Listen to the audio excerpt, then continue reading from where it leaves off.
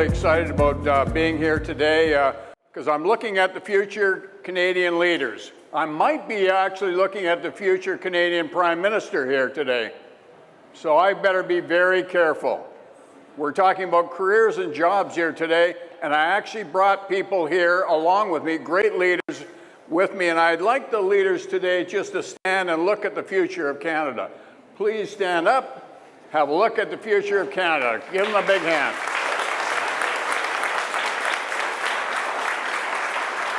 Andrew, can you? That's great, thank you very much. I'll get it. Today, I just wanted to speak to you for a couple of minutes about the future of Canada and your opportunities here. And I wanted to, then I'll just ask our leaders to come up and you can ask them any question that you want. Last week, I was speaking to 1,200 engineers, and the engineers engaged the leaders greatly. So I want this to be a challenge both for you and for me. I want you to challenge me, and I want you to challenge our leaders. Okay? This is an open lab. There's not going to be any tests, no exam, so you can ask any question that you want. Andrew, maybe you could try the slide. I don't think that most people let me just take you on a bit of a tour worldwide, because I have people represented here from every nation. Every 15 seconds, a person dies from a work-related accident. 2.3 million people in the world will die in a workplace accident, and not very many people know that statistic. Those statistics are taken from the United Nations. Incidentally, I am wearing Prime Minister Trudeau's personal jersey. He has a lot of fans here, and he is actually at the United Nations with President Trump today. So, next slide, Andrew. Not very many people would actually put unsafe work as one of the conditions that impacts the lives of people. We all hear through the media that HIV/AIDS and malnutrition, nuclear war, terrorism, opioid epidemic, and climate change all impact us, and they do. But the media has not really covered unsafe work conditions very well. So we don't know how many people have actually been injured in Canada. We don't know how many people lost their lives yesterday in Canada. The media does not cover that very well. But we're changing that. We're absolutely changing that. I believe today I want to push against status quo. I think most people think that accidents just happen. They just happen. I think all incidents and all accidents are 100% preventable. I'm going to push down to zero, but I need your help. I can tell you that the very best companies in Canada, they're all on board with this. They're driving down to zero, and they want you to join in with them. But when you join with them at the zero approach, they have a culture that I want you to be part of. It's a very distinct culture, and we'll try and pick that out a little bit today. Next one. Canada, we started off, we've made some tremendous changes in our health and safety, and I've got the CEO today from IHSA, Enzo. He leads a huge, huge organization that's going to drive our culture to change. One of the things that we do, when you're in sports, and whether it's you're playing rugby or playing cricket, you got to wear the equipment to protect yourself, or otherwise you're going to get injured. That's what it looked like in Canada, our hockey game, about 40 years ago. Nobody wore the helmets. We all were missing teeth, and it was kind of one of those macho things to do. Macho things have kind of almost, well, not completely passé, but we're getting there. Next. If you were riding in a car going to school, that's probably what you were riding in. That's a little bit different than what you put your kids in today. It's about a $75 to $150 seat that has straps everywhere, and they're in tight. That one up there, that's like a rocket. That is like a rocket. You hit your brakes and that shell's going one way or the other. Okay, next. If you were traveling on an airplane, most of you travel on airplanes all the time. Well, back 40 years ago, you had to have a cigarette or you were not cool. You were just not cool. If you had a cigarette today on an airplane, what would be happening? No, you'd be headed straight down and going right to the airport and getting off, and there'd be flashing lights on the runway when you got off. Okay? Okay, well, this is one that I'm at a college, right? And nobody here drinks beer. Okay. Are we there yet, though? Are we there yet? I have nothing against drinking beer at all. No, I have no issues with that at all. But what I do have an issue with is drinking and driving. But culturally, we're making a shift. 20 years ago, it was okay to drink and drive. It was all right. You're cool drinking and driving. Today, if you get caught drinking and driving, lose your license, possibly go to jail, lose your job. I mean, you go down the list. It is really serious. But are we there yet? I drove into this college this morning, and I still saw people texting on their way here. $1,000 fine, but they're still texting. Distraction, yes. But we're getting there. We're changing day by day, individual by individual. We're going to be there, and in 5 years' time, you won't see people texting anymore. Okay? Okay, all right. Well, this month in Canada, we're going to have a major change with our marijuana laws. You're going to be able to buy marijuana anywhere you want. And I see the big smiles on your faces there. I don't know. I have no idea why. I have no idea why. Very interesting, isn't it? So will you be smoking joints on your way to college? Or will you be smoking joints on your way to work? I don't see anybody here bringing their case of beer to college. Or maybe you do at the back. I'm not sure if you do, but really interesting, isn't it? So we pass this law, and marijuana will be able to smoke anywhere, anytime? No. I want you to ask that question to our leaders here. Will you be able to smoke a joint at lunch, at your break, and go to work with them? We've got some cultural issues, and I need your help today. How do we set up barriers? How do we set up standards that we'll be able to tell young people when they come to work, you can come to work with us, but we want you to leave your stash at home. Leave it home, do it on the weekend, whatever you want, but don't come to work with our team and our culture high.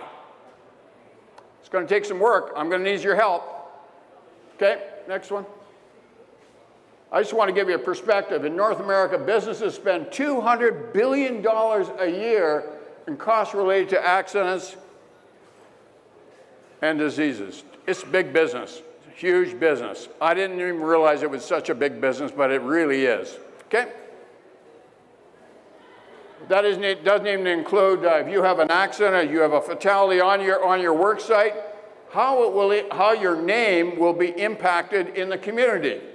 You have a death on your work site, your name will be not well regarded.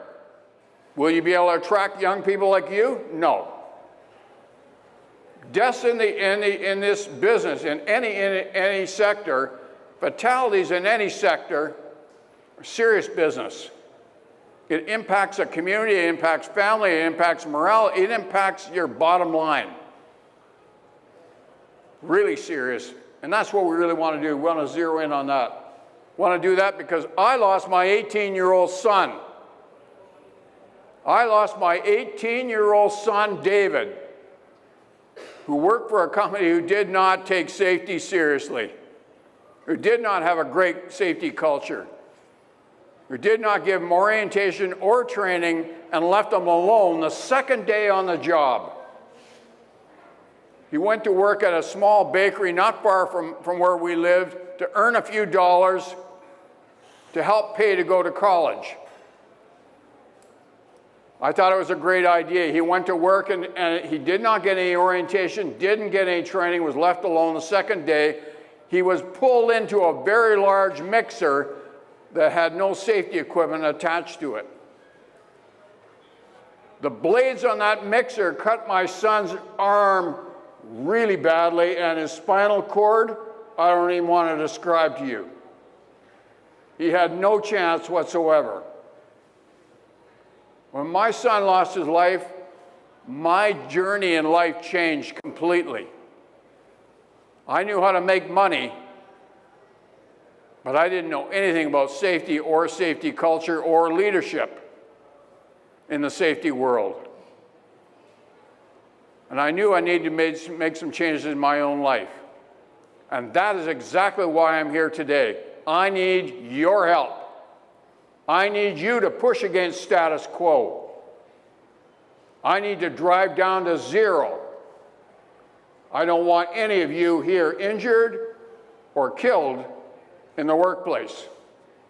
I want Canada to be the very best place in the world to work.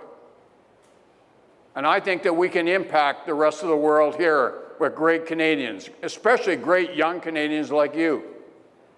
You are our future. And we're better else to start than right here at Lambton College. This is a tremendous, tremendous college. And I'm so excited about being here. We've been planning this for months on end. I really think that there's going to be somebody who's going to step up and say, no, enough is enough. Not only in Canada, but in my homeland, enough is enough. What am I wearing this jersey for? Because I didn't think it was good enough for just me to get out and create a movement or momentum in safety culture. I wanted all Canadians, both young and old, to join in. And to this date, we have 983,000 signatures on thousands and thousands of jerseys across the country, including Prime Minister Trudeau, who has his own 2 jerseys. And our own premier in Ontario, he has his own jersey too as well. I want everybody, though, on board. Every culture, every faith, young, old, I don't care. I need great champions with great leadership to make a difference. I think we can do that starting today. I think that I've got the champions right here, right now. So let us begin. Let us begin right now. I want the leaders to stand up, and I would like you to just to stand along here. You can introduce yourself. I want you now, as the future leaders of Canada, to ask some questions. If I come to a college, hundreds and hundreds of questions always get asked, because there's no boundaries, nothing. You can ask me anything you want, and you can ask the leaders anything they want. Okay, so let's push against it. Come on, we need to have somebody challenge. Who's going to ask the first question? I'm really with a smart group here.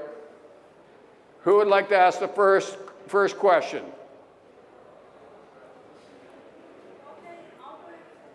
All right. Now give her a big hand. Thank you very much.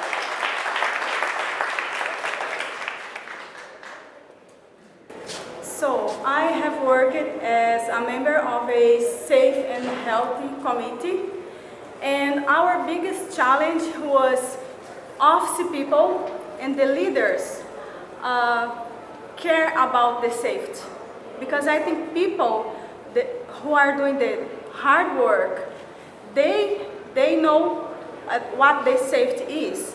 But I remember not seeing the leaders really taking care about the safety. So how's the big challenge? Okay, I love this. Okay, really, really good. Very, very good. Excellent question. Very good. So do leaders really care? Do they really, really care? Or is it just something that they put up on the side of their wall, safety is number one, on the back of their trucks, safety is number one, everybody's wearing safety is number one. But do the leaders really, really care? Dave? You guys went down like that? Hi, my name is Dave Hannon. I work for WSP Canada, and I look after safety for the company in Ontario, in the Atlantic region, and right across the country for some of our business divisions.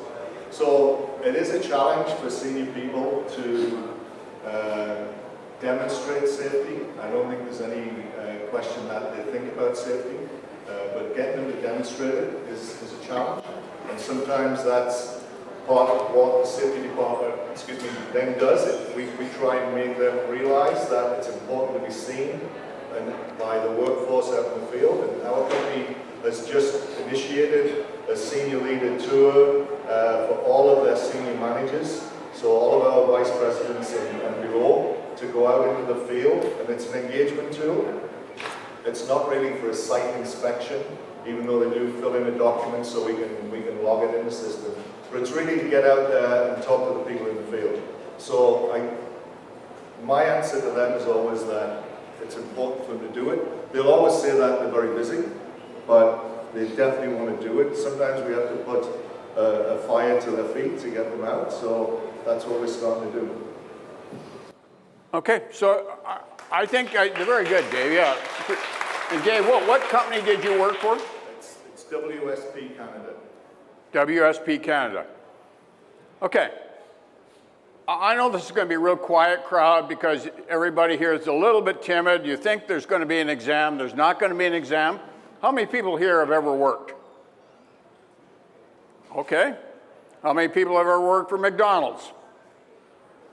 One.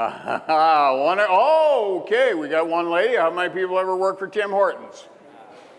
All right, McDonald's and Tim Hortons, come on up here. Come on up here. Yes, come on up here.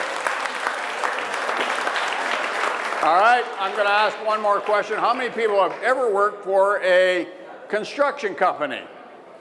How many people have ever worked for a construction company? Come on up. Come on up. Come on up. Come on up. Yep, come on up. I need young champions. Come on up. Come on up. All right, come on up. Yep, you can come up too. Yep. All right, you stand right here in the middle. All right. Apparently everybody in the back, you've never worked before? Where have you worked? Where have you worked? Have you never worked? You all come from very rich families. I need somebody to come up and represent their family company, their family. If you've ever worked for your mom, your dad, your sister, your brother, okay, come on up. Okay. All right, just so we separate here, who's the McDonald's, who's the Tim Hortons? You're Tim Hortons? You're McDonald's? Tim Hortons, and that lady right in the middle with the glasses on, you're McDonald's, right? No, she doesn't work for them anymore. All right, that's okay. I get it. We're fine with this. You asked the question, do leaders really care? So let's let the students talk with the leaders here. And you were Tim Hortons, right? Let me ask you about your orientation and training, and then we'll go back and ask one of the leaders. Simon, come here. Step forward. All right. Tell me about your orientation and training. Was it very good at Tim Hortons? Yeah, thank you. When I started, it was really good. It was all structured in a computer. They have an application special for the Tim Hortons, and I follow all the instructions, whatever they designed for the safety. So let me ask you. You did your orientation and training like this on the computer. Click, click, click, turn, click, click, click, turn, click, click, click. Not exactly. No? There were a lot of videos. Yeah. Okay, so did you get face-to-face orientation and training? No. Okay. Okay, now that young lady who came down who said she worked at McDonald's, I can tell you that. If you want to compare the two companies, Tim Hortons does a terrific job. They're a great company, love their product, everything else. But the difference is McDonald's spends a lot of time in investing in orientation and training face-to-face for 3 or 4 days. Whereas Tim Hortons thinks the investment on a computer for orientation and training is okay. And you tell me it was okay. Did you feel comfortable at Tim Hortons? Yeah, okay, all right, no more than that, all right. I'm just saying is this. There is a difference between some companies and other companies. So you need to ask the questions before you start. My son, remember, my son was killed the second day on the job. No orientation, no training. Heads up. Simon, tell me about your orientation training. Do you get any at all before you start? Well, for our company, Cambridge Design Build Limited, we always do an orientation prior to even starting work, specifically the health and safety department. Yes, we do use electronic training software, but we also keep it one-on-one too. We sit down with you, spend days with you if we have to, just to make sure you understand what our company is, what we're about, health and safety, everything. And then we send you off to your supervisor, so on and so forth. They'll give you further orientation on how to perform your job properly. And we do make it personal. We sit down with you. We talk to you every day. You ask questions, we'll answer as best we can. And hey, I personally throw in a personal conversation every now and then too, because to really do health safety properly, in my experience so far, you got to get to know the individuals who you're working with, how you're going to help keep them safe, and see what works for them. Very cool. Really good answer, and very good. I really appreciate that. You work for Tim Hortons as well. Do you agree with him, or was your location a little bit different? Did you get better orientation and training? No, it was all the same kind of training that he showed, but I also have one question. Like, I'm not sure how these guys handle, like, how do they check time to time? How are they doing this training, and how are people working out there? They're doing well on safety stuff. Okay, so let me ask you one question. Did the leaders really care about your training and orientation? To be honest, no. To be honest, no. To be honest, no. So that's why I need your help. Is it okay to put up, Anthony, come here. Here we go. Black and McDonald. He said that the leadership really just didn't care. They just wanted him to get orientation and get doing the job. What's it like at Black and McDonald? Black and McDonald's a very big organization in both Canada, worldwide, I believe it is, isn't it? Yes, it is. Yeah. When I went to your company, it looked like leaders really did care.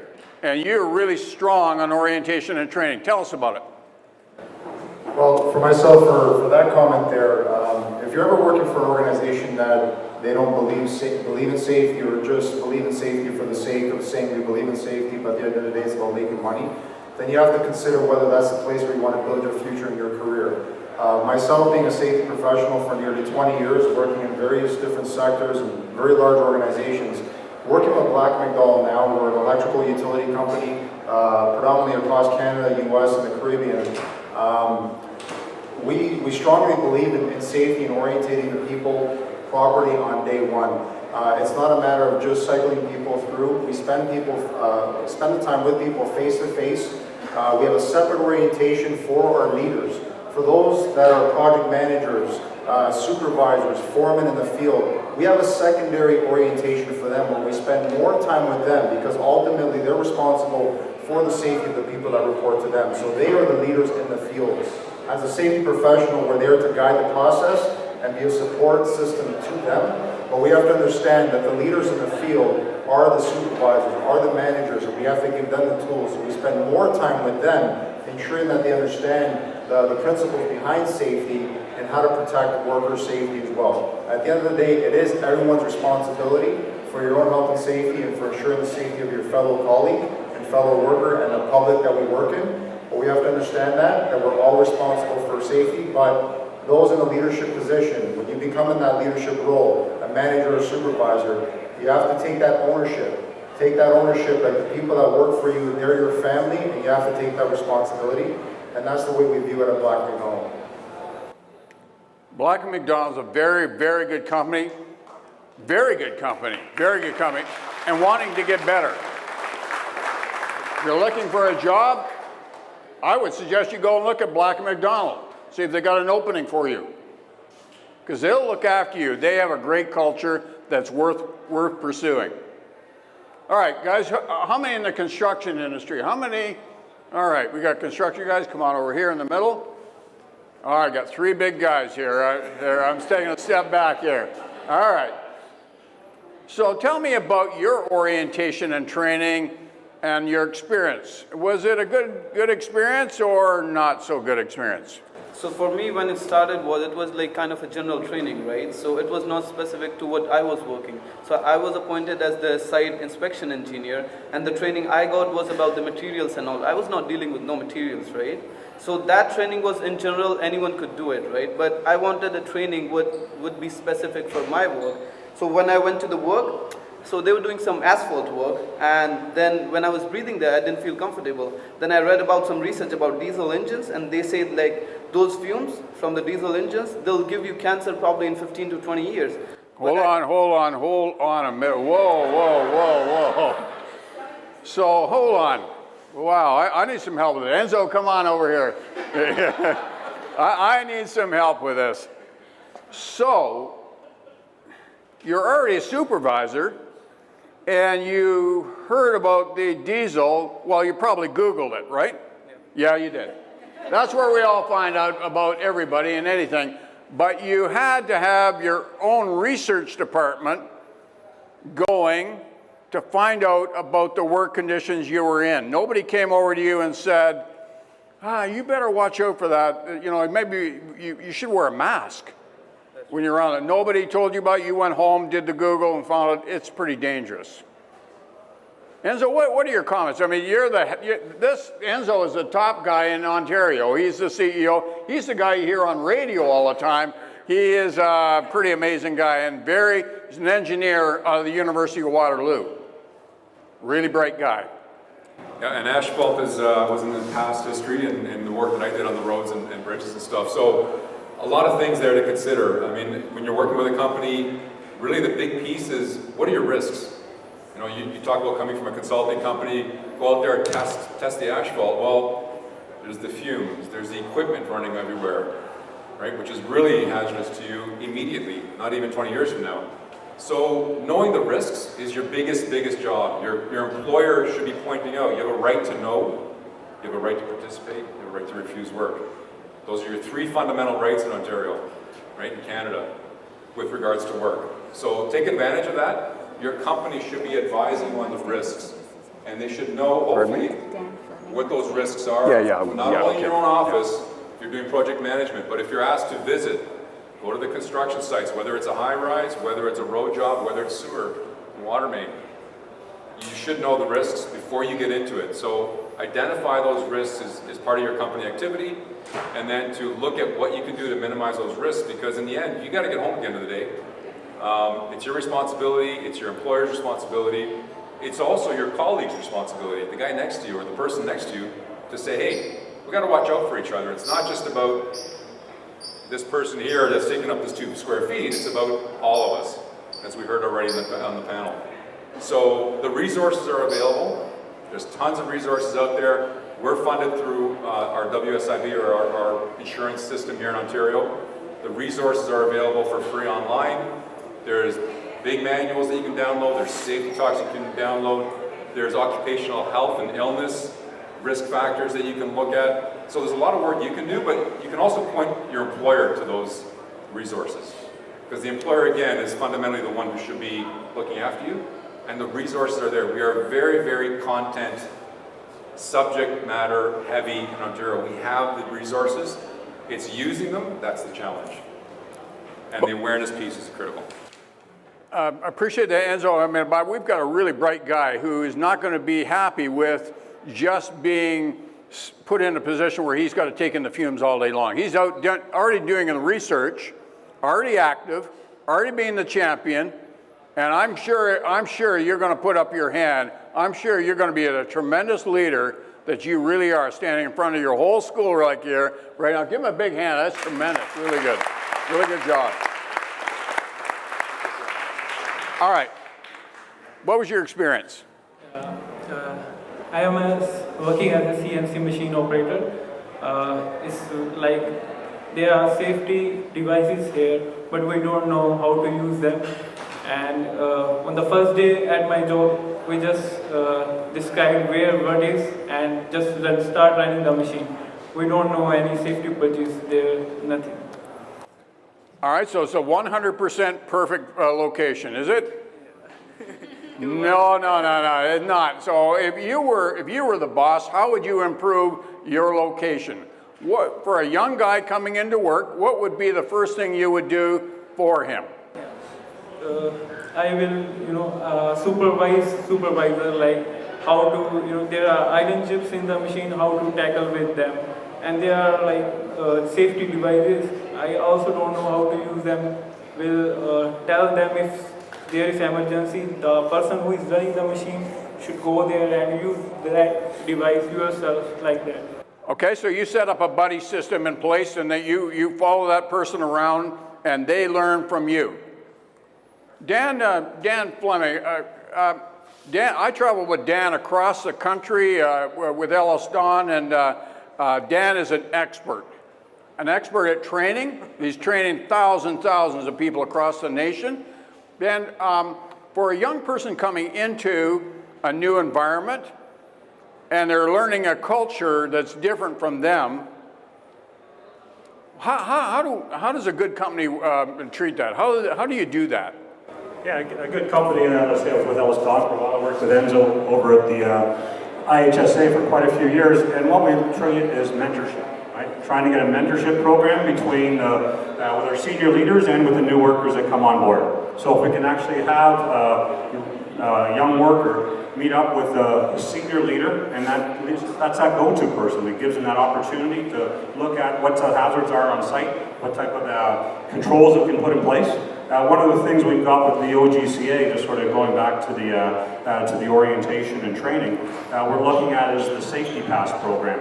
Worked with IHSA and all the general contractors, and we've got it's a blended type program. So part one is like a computer-based type where it has 13 modules which are available. We've actually partnered with Fanshawe College, and Fanshawe College is doing that for all their contractors, for all their students, to actually take the Safety Pass program. Right now it's available in the Ontario General Contractors. But back to the original question was the importance of the mentorship, training, and the leadership. And so that's what I say. Thanks, Dan. A really good question. I got a great leader right here. Really good leader. All right. Very good. Yeah, give him a big hand. Big hand. What was your experience like? Hi, my name is Sergio. I've had experience working in construction since 2014, 2004. Yep. I've worked with construction in U.S.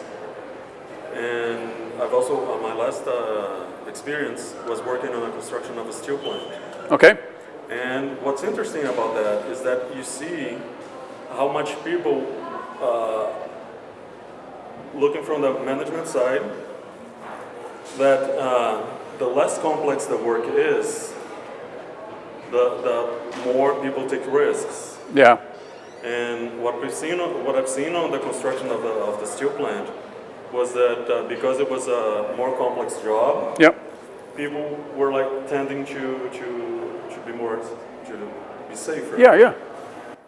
That's a very interesting observation. What he said was that general contractors and construction workers, they have a tendency to probably get hurt a little bit more because they take a lot more risks. When you go into high-tech places, they maybe have more orientation and stronger training. Very good point. Don, come on out here. Don Tattle used to, Don Tattle used to be a CEO for anchor shoring. And they're the people that dig the enormous holes into the ground and put foundations in for enormous buildings, tall buildings. But she's also a professor at U of T, or was last year at U of T. I think she's doing traveling and golfing this year. But Don, tell us a little bit about why is there such, maybe it's just the investment. Maybe bigger companies have more money to invest. But can a culture change even if you're in a small company? Can a culture be changed if you're in a small company for safety? So I'd like to first correct that I wasn't on the golf course, but I have joined a band and I'm playing the sax. All right, okay, we're good. So I think one of the most important things to keep in mind is that safety is not optional. It's the law, right? So you have the right and really the obligation to refuse unsafe work. So if you're out there and something doesn't feel right, and your spider senses is what I call them, and it doesn't feel right, it's your obligation to speak up. Whether you think your employer cares or doesn't care, it's your life and it's your health. You can always make more money, but you can't bring someone back to life.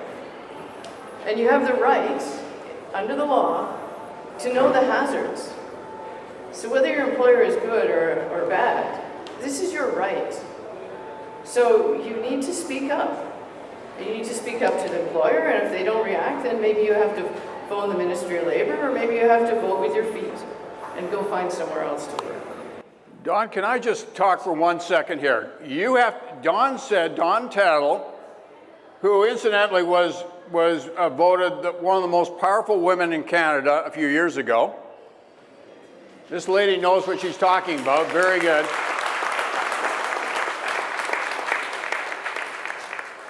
But this is where I want to challenge you, and this is where I need your help.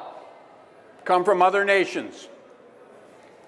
Maybe you've come from a nation where it is not cool to stick up your hand and ask for help.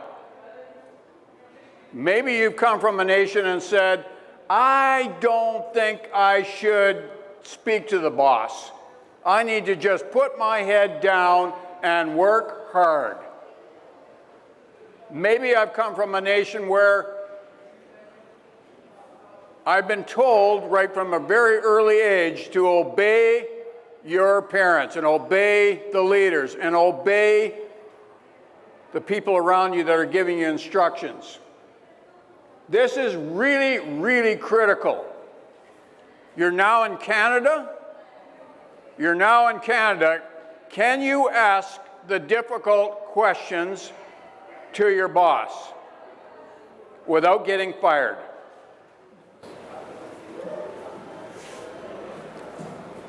So under the law, you are protected. There can be no reprisals if you refuse unsafe work.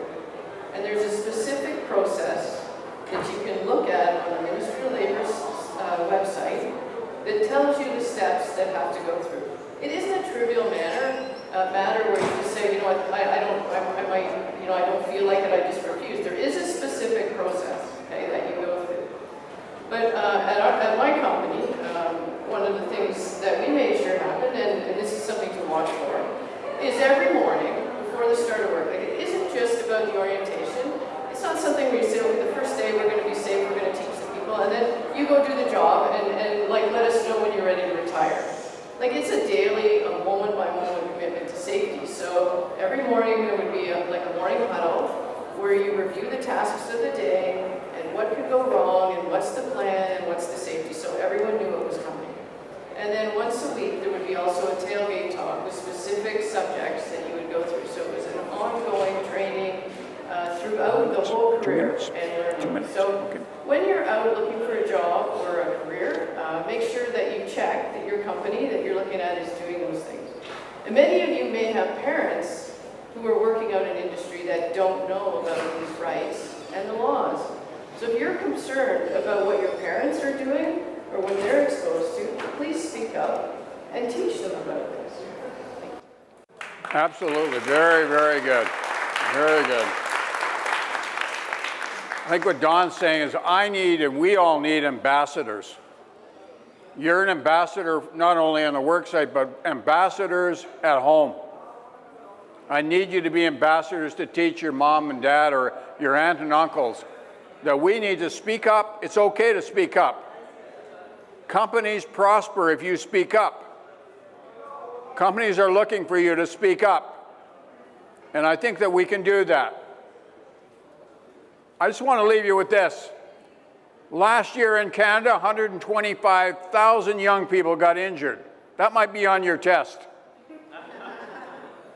125,000 people got injured in Canada between the age of 15 and 24. 125,000 people got injured in Canada between the ages of 15 and 24. We need to drive that number down to 0. But we can't do it alone. We need you as champions to help us out do that. Be courageous. Look for a great company that has got great culture. Every single one of these companies that have come with us, they've got great culture. They will look after you, give you the proper training, and give you great careers. We want Lambton College graduates being the best of the best and working with the best of the best. Absolutely, we absolutely do. We absolutely do.